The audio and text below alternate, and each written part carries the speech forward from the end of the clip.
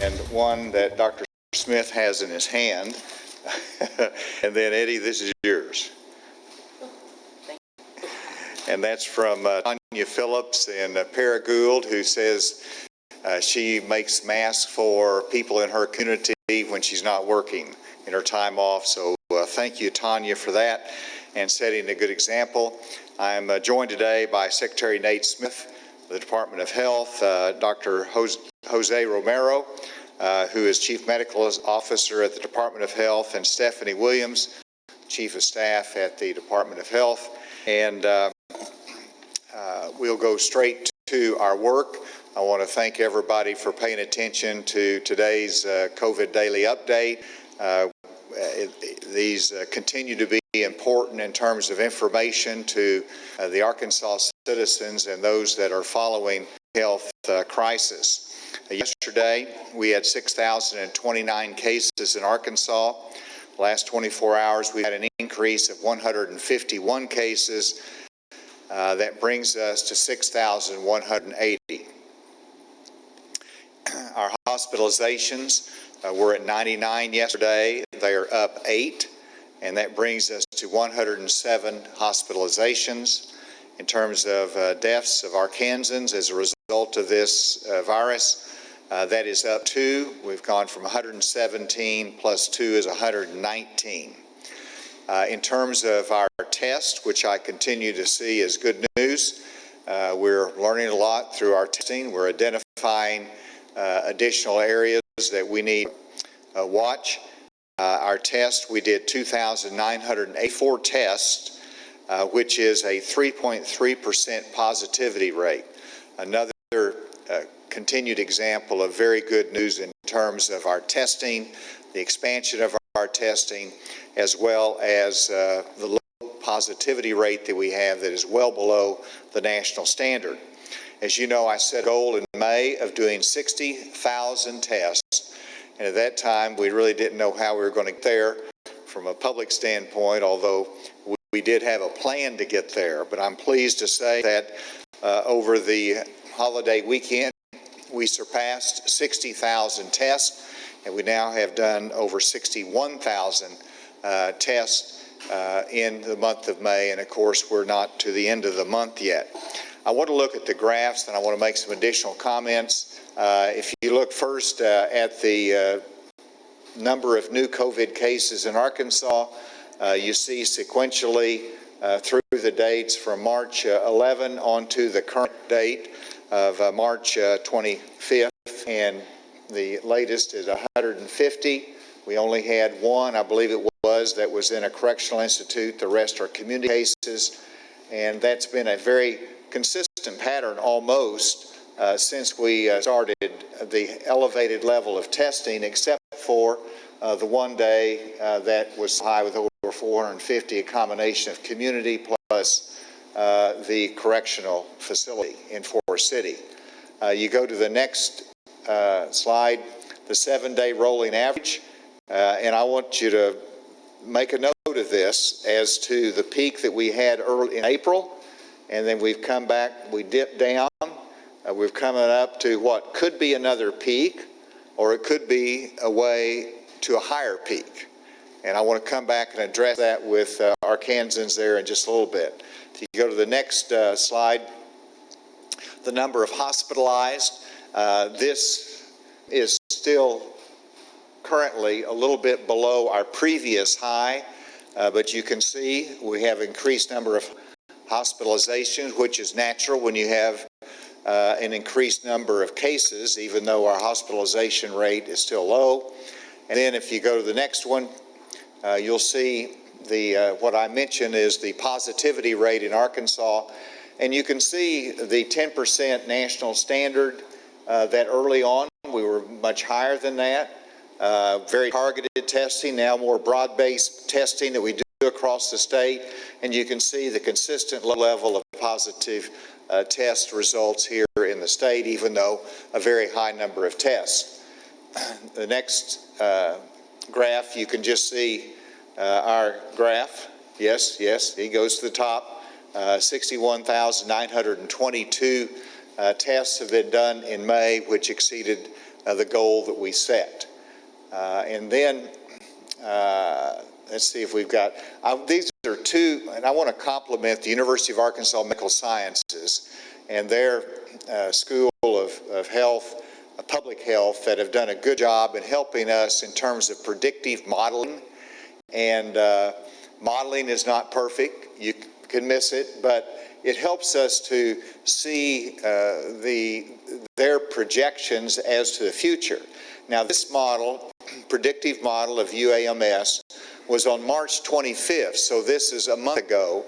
And you can see that on March 25th, they projected with the orange line that goes up where they thought that we would be based upon the predictive modeling that they had.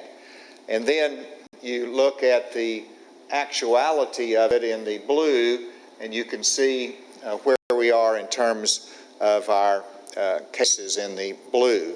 That is what they have observed versus what they have predicted. And so let's go back to that just for a second. Of course, that means that on May 20th, they were predicting 8,000 cases in Arkansas under that predictive modeling. Of course, we're at 6,180 cases today, below what they predicted on this particular day. But then let's go to the next one, which is they've updated it. And so this is a new prediction curve, and that's dated May 21. So it was done about 5 or 6 days ago. But here you can see that they have their projections in the light blue, it looks to me like, and in the actual numbers there in the dark blue, where we were at 5,500 cases, it looks like, on May 24th. And so you can look at their predictive model on this curve, and on June 23rd, it looks like that we will be at 8,500 cases. So that raises, again, the question as to where we're going in the state. Now, before I turned over back to Dr. Smith, I wanted to really talk about this weekend some. We had a very good weekend, and there's a lot of good news in Arkansas in terms of how everyone did in following social distancing and guidelines. And I know the national media focuses on 1 or 2 instances in which things look bad. And that shows a lack of discipline when people are not socially distanced, whenever they are congregating, where the virus can spread rapidly. And that is a concern to me, and you don't diminish it, but you also want to recognize how many people in Arkansas have done the right thing, setting the examples by employers, by the staff wearing masks, by the restaurants doing such a good job, and the vast majority are really paying attention to follow the guidelines and to make sure that they do not contribute to the spread of this virus. But there are more than a few that put their own comfort and convenience of others, and that is not helpful. And as you can see from these graphs, we're really at a critical point in our journey during this pandemic. And the critical point is whether we are at our second peak and we'll start leveling off, or where we go from here, or go down or level, or whether we go up. And the direction that we go from here totally depends upon the discipline and the commitment of the people of Arkansas to avoid circumstances in which they will contribute to the spread. And so I challenge all Arkansans to think this through and realize that we are trying to open up our economy, to lift restrictions. The restrictions, we're in phase 1, but we want to get to phase 2, and we can't get to phase 2 whenever we see a continued upward trajectory. So I challenge everyone, let's to avoid the spread, and to go down in hospitalizations, to avoid an increase in case trends and the community spread. And our discipline is required to social distance and to follow the guidelines. With that, let me invite Dr. Smith to come up for his comments. Thank you, Governor. I'd like to go a little bit deeper into the numbers today than I usually do, then just make a few additional comments. As the governor mentioned, we've had 151 new cases since yesterday. One of those was in a correction facility, so 150 community cases. So our total is 6,180. Of those, 1,729 are active cases. Of those active cases, 72 are in nursing homes, 466 are in correctional facilities, and then 1,001 are community cases, active cases in the community. In terms of nursing homes, we've had 2 additional cases, so we're at 361, and we've had 10 additional staff at nursing homes who were infected, so we're at 215 there. The governor mentioned we're at 107 hospitalized cases. That's a net gain of 8 from yesterday. That is close to our highest ever, very close. We have currently 18 currently on a ventilator. That's an increase of 1 from yesterday. We've had 2 additional deaths, so we're at 119 deaths. And we have 4,332 who have recovered, and that's 83 more than yesterday. I want to talk a little bit about our overall cases. We've talked before about race and ethnicity, and I just want to review those from where we are. Of our 6,180 total cases, about 50%, 50.7% are white, 37.1% are African American. Now, question has come up, are our cases more likely to die? Well, not really, because 37.8% of the deaths are African Americans. So although we have a disproportionate number of cases from our African American population, it's about the same percentage for deaths. We have overall 10.2% of our cases have been Hispanic. But I would like to say, of the 150 community cases from yesterday, a much higher percentage are Latino. We have 42% of our cases from the last 24 hours. 63% of our 150 community cases, 2% Latino. Again, COVID-19 affects all of our communities, but a community that we're starting to see increasing number of cases is our Latino community. Now, part of this may be accessibility of testing. We have not had testing as easily available to everyone in the state. Now that we're testing in all of our, in 79 of our local health units, there's much greater accessibility. So that may be part of why we're seeing more cases in our Latino community. But we are working to get the message out, come in, get tested, and then take the precautions that are needed, either isolation or quarantine. In terms of age, 39% of our cases are age 25 to 44. I think a lot of younger people don't think they're at risk, but this is actually the largest single age group, 25 to 44. Only 14.3% of our cases, 5 years or greater. Unfortunately, 74% of our deaths are 65 and greater. Lastly, I'd like to talk about our deaths where we have seen them in the state.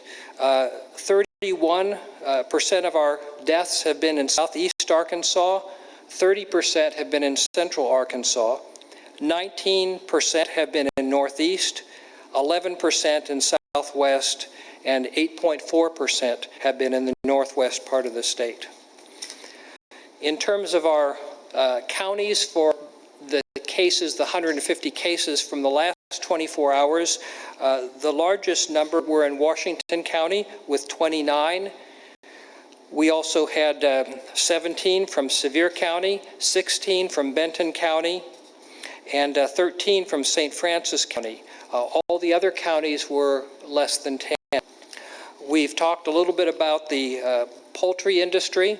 As of yesterday, we had a total of 301 cases associated who were employed by poultry businesses. And the top counties in which those cases were found was Benton County with a total of 69, Yell County with 54, Washington County with 44. We also had a number of cases in Sevier County and Polk County as well. The governor mentioned our testing, and we have done well with testing. We've exceeded our goal of testing 2% of our population in the month of May, and we'll continue going. We will hope to actually even accelerate that. The last thing that I wanted to talk about was about the things that each of us need to do. We've pulled back a lot of our restrictions on businesses, and the good seen increases in cases due to those businesses. But as I've said before, moving forward, we're going to depend more on public health interventions, testing, and contact tracing, but also the individual decisions, behaviors like wearing masks in public, maintaining that physical distancing of 6 feet, not gathering in large groups. Those individual decisions are going to be what we need more and more to protect ourselves and to protect our. Someone told me the other day, why are we worried about a disease where 99% of people recover?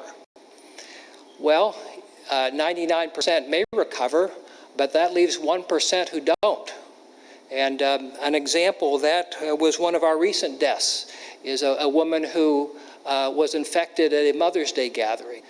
And that's tragic. That's not what anyone wanted when they gathered for that.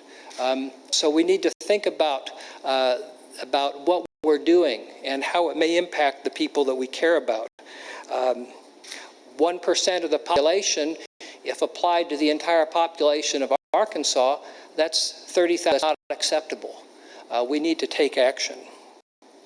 And finally, I've mentioned some of our communities that are, we're seeing a greater number of cases, African American community, Latino community, but this is an equal opportunity virus. It's infected people of all backgrounds in our state, so all of us need to take precautions to protect ourselves and protect the people we love, protect our communities. And with that, I'll turn it back over to the governor.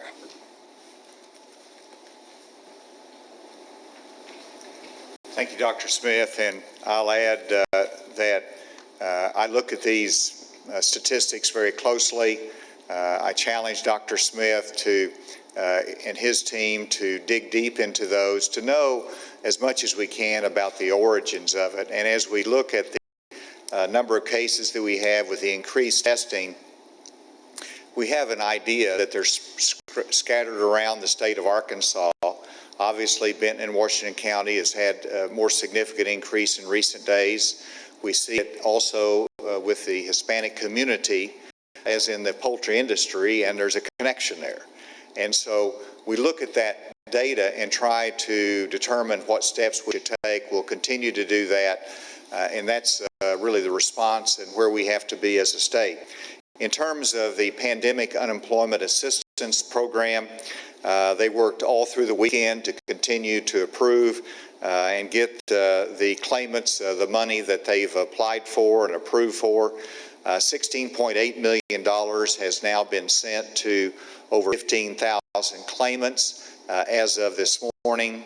There are 10,000 that are eligible but have not filed their weekly claims, and that website is available for everyone that have been applied for it, been approved for it, to go in and file their weekly claim. So we're continuing to work that, and I applaud the team for their holiday efforts to get those funds out. And then finally, I wanted to say something about a change in our future, and the Center for Disease Control is one of the premier health departments in the United States of America that provides national guidance, that has such a critical role in this pandemic. And one thing, regrettably, they do well, and I shouldn't say regrettably, but you'll see the point of that, is that they have identified a real talent that we have in Arkansas. I've talked about Dr. Nate Smith and his capacity and his experience in infectious disease and epidemiology. And so he has been offered and has accepted a position with the Center for Disease Control in Atlanta. And he has been, I've known about this for some time, but he has stayed at the helm to work through this crisis here with us, and he will continue working in his current position through August 20th. But we wanted to allow a significant amount of time for a transition, for him to continue to work with the existing team and the new team at the Department of Health. And so, Dr. Smith, thank you for your great service, and I'm glad you're going to be here through August. And by August, he tells me we're not going to have any cases. Maybe he didn't say all of that. But thank you for your service, and we look forward to continue working with you through August 28th. And then that leads me to the second announcement. I've asked Dr. Jose Romero to serve as interim Secretary of Health, and he has agreed to do that. And I'm grateful for his willingness to serve. A little bit about Dr. Romero. He is a pediatric infectious disease specialist. He is the professor of pediatrics at UAMS. He's been there for the last 11 years. He also serves as medical director for pediatric infections at the Arkansas Children's Hospital. And before that, he was professor of pediatric medicine at the University of Nebraska. A very distinguished career that brought him to Arkansas, and he's served our state for over a decade. And also, he serves on a very important national committee, actually the chair of the Advisory Committee on Immunization Practices, which means that that advisory committee will give advice on new immunization dealing with COVID-19. So once again, we have a national star that will come in to help give us guidance in the future. And again, thank you for being willing to serve there.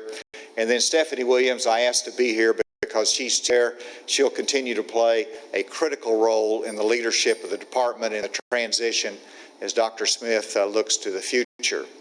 And with that, I'll be happy to turn it over for any questions.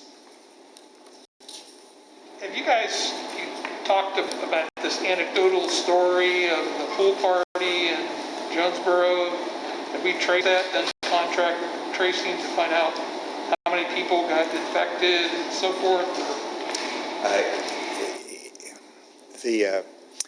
The information I have is it wasn't Jonesboro, it was another city up there that I received information on, and I don't know whether Dr. Smith's team has looked at it from the specificity of the information that I had. Dr. Smith, did you have anything on that? Just it wasn't, unless there was another one in Jonesboro, that it wasn't Jonesboro, and it was a swim party but not a pool party. But the point of the governor's comments was that these gatherings that people have, whether it's a Mother's Day celebration or whether it's a swim party, if we don't take precautions, they can end up people being sick or even worse. So where was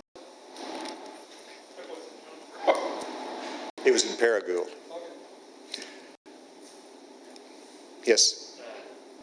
In terms of the increase on the Hispanic population, is there anything you're going to be doing specifically to target that population?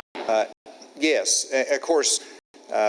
You know, in one instance, there was a van taking workers to the work site. Well, the van is the one that had a positive case, and that contributed to it. And so we can go through and we can identify some of the sources and where it's contributed and take the necessary steps in quarantining and isolating those cases. But we're also, part of it is education and it's information. And I've asked the Department of Health to devote more of our marketing budget to targeting the minority communities, specifically our Hispanic community. And so that effort is being done. This last we had a special emphasis on testing sites in Northwest Arkansas, and so we're expanding our testing capacity and availability for the minority community. is a question colleague Alex is working on a story about summer camps. This is her question. The directive for summer camps encourages campers to get tested before going to camp, but are there actually places that will test asymptomatic children? Do you want to speak to that directive, Dr. Smith? Certainly, we've encouraged that because some of the camps have indicated that that's part of their plans, and we think that's a good idea. We have, again, we offer testing for COVID-19 in 79 of our local health units, and even asymptomatic individuals can be tested there. Is there a question remotely? Andrew with AP. I had a couple questions. One for Dr. Smith. A little more detail on his decision to leave for the CDC job. Just wanted to see how long this has been in the works, and was this any kind of reflection of any kind of disagreement over the way the state has been handling the pandemic? And also the examples that you talked about, the Lake of the Ozarks, Hamilton. Is the state doing anything to track people who may have gone to large gatherings like this, or are they encouraging people who've gone to large gatherings like this to self-quarantine or anything like that? Well, of course, the Lake of the Ozarks is in Missouri, so I don't have any jurisdiction there, and that's actually a long ways from our border as well. Of some of the sites in Lake Hamilton, this is something that we will look into in terms of particularly our next holiday or weekend in which we have concerns there. We want to look at ways that we can encourage better utilization of the guidelines and social distancing. We're not exactly sure what can be done there. It's a matter of self-discipline. We're not a heavy police state, as I've mentioned before. We expect people to do the right thing, and a lot of them are trying to do the right thing, but when you get into a crowded area, you've got to really take the steps, and we want to be able to remind people of that. So we'll be looking specifically at what more we can do as we look into the next weekend or holiday season. I also wanted to mention I had checked with Stacey Hurst, our Secretary of Parks and Heritage and Tourism, about what happened in the state parks over the long holiday weekend. And there was good compliance. People went out, utilized our parks. There was one trail that got a little bit crowded, and so the rangers closed it down, limited access to it. That's the kind of action that we need. It's just a reminder to people to do the right thing, and we're delighted that we did have that good report. And Dr. Smith, there's a very good question for you that I would love for you to answer. There is absolutely no disagreement with the approach that we've been taking here. Working for the governor has been one of the highlights of my career, and it made it very difficult to make this decision. When Admiral Steve Redd, Deputy Director for Public Health Service and Implementation Science, announced his retirement in February, I was encouraged by colleagues at the CDC to apply for the position. And that's how that came about. Governor, it's Willie Blake from THV 11.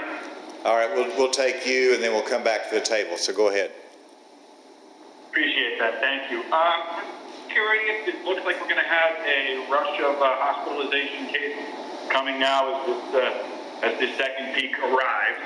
So I'm curious what your experts, your advisors are telling you about the readiness for the hospitals in the state, and what are they telling you about what they've learned over the 3 months in treating COVID-19 that might make this second wave of hospitalizations in patients better this time around? First of all, that is a key question and test as to the availability of our hospital space to treat COVID patients and others.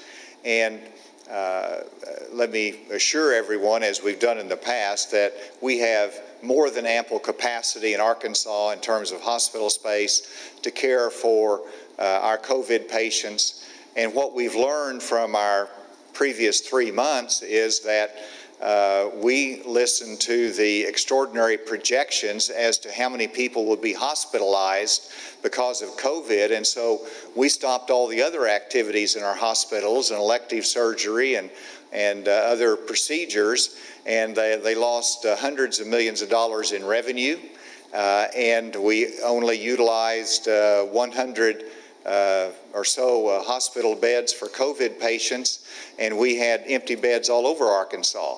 And so we have a more than sufficient capacity, and while I expect those hospitalizations to go up some as a result of the new cases that we've had, I don't expect that there's going to be anywhere close to any issue there, and we're going to continue to do the elective procedures and the other procedures here in Arkansas. But I want to invite Dr. Smith to respond to that as well.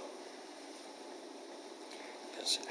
Back in March, the governor stated on numerous occasions that we could have as many as 1,000 people hospitalized with COVID-19.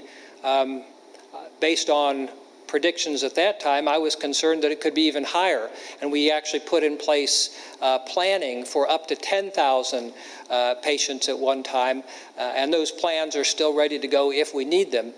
In reality, we have barely over 100, so we're much better placed than we thought we would, but if we start to see those hospitalizations increasing at a much faster rate, then we'll need to bring in place those plans that we have.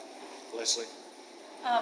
So back to Paragould, were there cases of COVID contracted at this gathering? And if so, what was the demographic? I mean, can you kind of describe it as a way to describe to people how infectious it is, who it affects, how many people were here? Just a simple story of, as we knew about the church gathering, the very first church gathering.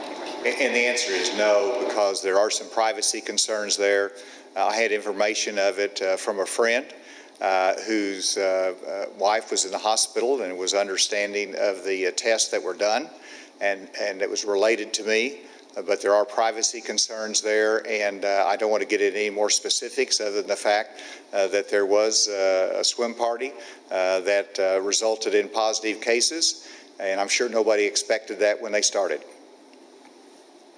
Yes, Jay? What numbers are we using to calculate the positivity rate? Because, putting the 151 into the 2984, it comes up as 5%, not the 3.3, so I'm just wondering where the number difference is. Yes, I know this is confusing, and I know that it's challenged the math of many journalists. When I report the number of tests, that's in a 24-hour period. So in the 24-hour period beginning at 12:01 yesterday to midnight yesterday, we had 2,984 tests done, and 99 of those cases were positive. And so if you do the math on that, it's 33%. What we're presenting in terms of cases, 3.3%, I'm sorry. Thank you for catching me on that one. When we present the numbers, we want to have what's most up to date, and so it's as of 10 a.m. This morning. So our lab, does testing really around the clock, and we also get results from other labs in the morning, and so the number of new cases that come in between midnight and 10 a.m. Can sometimes be quite a few, including positive cases. And I guess to Dr. Smith, with Northwest Arkansas, New York Times citing that they're seeing one of the highest rates of growth in the country. Are we doing anything specific up there in terms of combating this? The northwest part of this, yeah. Yes. Well, yes. Again, as we mentioned, a number of these cases have been in our Latino community, so we have really focused a lot of messaging in our Spanish language media. Dr. Romero has assisted with that as well. We have another physician, Dr. Joel Tumlinson, who is also a Spanish speaker and trying to get those messages out to affected communities. I think Part of the reason for the rapid growth has also been that testing is more available to to many of our communities where they may not have had as ready access to testing. Is there a, yes, Chuck? You showed the graph with I think us getting to 8,500 cases. Do you also have a projection on hospitalizations, and are you hoping to not get to that 8,500? Oh, absolutely. That's really the reason I showed that, is that, one, it is a projection based upon the modeling of UAMS Public Health School, but I want to challenge Arkansans that we don't have to go there. We can beat that as we've beaten curves in the past. And so, absolutely, that's a challenge. I would like to beat that. I expect to beat that. And we're working hard to do that. In terms of hospitalizations, there may be, I don't know, was there a projection on the hospitalizations from that? I don't have a specific projection of hospitalizations associated with that model. I would say, since many of our newer cases are in somewhat younger age groups, we may not see as high a hospitalization rate, but that remains to be seen. I think we need to take precautions, a very healthy respect for this virus. Given our experience, especially in congregate settings, we know this virus can spread very, very quickly. And so we need to take those precautions to reduce the number of cases. We work very closely with the nursing homes to protect some of our most vulnerable Arkansans, but it's very difficult to protect anyone if we have increasing transmission in the community. Is there another question remotely? Governor Hutchinson? Yes. This is Bill Bowden at the Democrat Gazette. If people are overcrowding on a boat on an Arkansas lake, is that game and fish jurisdiction? And if so, were they looking for that this past weekend? And did they write any tickets? The answer is that it depends upon what lakes. If you look at there's some lakes that are game and fish jurisdiction. Most of the lakes in Arkansas are Corps of Engineer jurisdiction. And it's my understanding that Lake Hamilton is more, I'm not 100% sure of all the enforcement participants for Lake Hamilton. We're looking into that. And so we'll have to wait and see. Now, what we have in Arkansas are guidelines. And so, a local law enforcement is not going to go out there based upon a guideline, arrest anybody. We haven't asked anybody to do that. What we'd like, though, is whether it's our park rangers or local law enforcement, is to go out and remind people, y'all are congregating too much here, let's break it up. And just remind them of what the guidelines are, and we found a good response to that. So we hope that we can add to that in the future. Yes. So we're seeing increasing politicization of the illness, from I'm not going to wear a mask to I don't even believe it exists.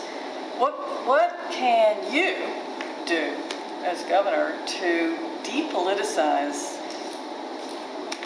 this disease and the threat of disease? Well, all I can do is set a good example. I've done that, and I encourage people to put public health above any other consideration in terms of wearing a mask and socially distancing. This is not about politics. It's not about a philosophy other than being a good neighbor and being a good citizen and doing the right thing. And that's just the message that we have to understand in our hearts and try to communicate that because it's the health of people and people that we care about. Sometimes I think that people believe that if they don't wear a mask, they're only endangering themselves, like not wearing a helmet on a motorcycle. And that's just an expression of freedom. And so we really have to drill into everyone and continue to educate that it's not about your health, it's also about your neighbor's health. And that's why you wear a mask, is to protect others. And so that is teamwork in Arkansas, and we want people to concentrate on that. Thank you all very much. Would you make a television Governor, about that? Governor, All right. it's Winnie Rice. Can you take one last question? I can, Winnie. Go ahead. Oh, it's been a while. It's nice to hear from you. I've got two questions for you. The first one is, if Arkansas is currently experiencing a second peak in cases, why allow bars to reopen today, and will you consider delaying other reopenings? And then West Memphis Mayor Marco McClendon wanted me to ask you when you will allow the governor's mansion and state capitol to reopen to the public for tours. He asked, why should he be encouraged to open local businesses when your house isn't open? All right. So on the first part of the question, in terms of why do we open up bars, we have done that with strict requirements in terms of capacity, 1/3 capacity. We have put other requirements in there, and I'm delighted that they are paying attention to those. They're trying to do the right thing. And so, you know, these are business owners that have investments in a business. They have to pay rent. They have employees. We want them to be able to make a living, and they make their own judgments. They don't have to open. They can decide to wait. But it is that freedom to open that we have reduced we met the gating criteria for phase 1, and so they have that opportunity based upon the guidelines that we presented. You know, in terms of the mansion, I think you might have mentioned the state capitol as well. The mansion is subject to the same rules of everyone else. If there is a large-scale event, then they're going to follow the rules of the public health guidelines, just like every other large venue will follow. We are anxious for the public to have that kind of access and event there again, but we'll be following the public health guidelines. I think I answered the questions. Was there a follow-up? Did I cover it? She mentioned the Will state. you be considering delaying other reopenings in the future? Delaying other well, you know, the next opportunity is phase 2, which we'll get there. We're going to be looking very carefully as to what the right measuring sticks are for being in phase 2, which means you can go from 1/3 capacity in the restaurants up to 2/3 capacity and lift some other restrictions in there. But we're right now in Arkansas, the economy is moving, people are going back to work, people are spending money, they're gaining confidence, and the numbers that we see here today shouldn't destroy that confidence. It's just simply a reminder, let's do the right thing. With that, thank you all very much.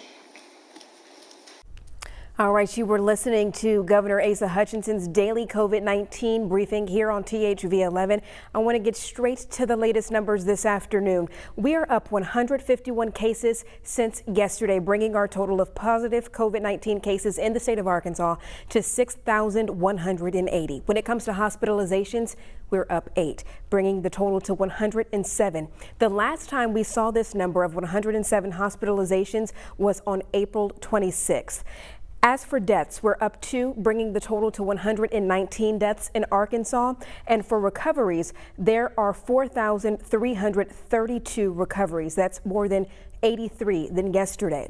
Now, Dr. Nate Smith spoke a little bit about the increase that we're seeing in certain communities, people of color, particularly the Latino communities. This could be a result of a lack of testing, and Governor Asa Hutchinson mentioned that he has been speaking with the marketing department to focus more on the minority communities, investing more dollars in those marketing campaigns and making tests more accessible to those communities. Over the weekend, the governor spoke about the testing numbers. We've surpassed the 60,000 test goal that was set for the month of May. The governor said that we've actually reached 61,000 tests, and that does not stop. They will continue testing for the remainder of the month. The governor also recognized how many people in Arkansas are actually doing the right thing when it comes to social distancing, following the guidelines that have been set by the CDC and state officials. However, I know you all have seen a lot of the pictures circulating the internet. There were many people who put others at risk by putting their own comfort and convenience in front of others over this past weekend. And folks, that is not helpful. Dr. Nate Smith says there are a lot of young people out there that do not think that they are at risk. But in fact, if you take a look at the numbers, 39% of cases are people between the ages of 25 and 44. So don't let your guard down. It is still too early. We will be keeping track of the numbers. You can check back in with us both on air and online. Remember, our website, thv11.com, is available to you 24/7. Stay tuned. I hope you'll join me tonight on THV11 News at 5, 6, 6:30, and 10 for the very latest developments. I'll see you then.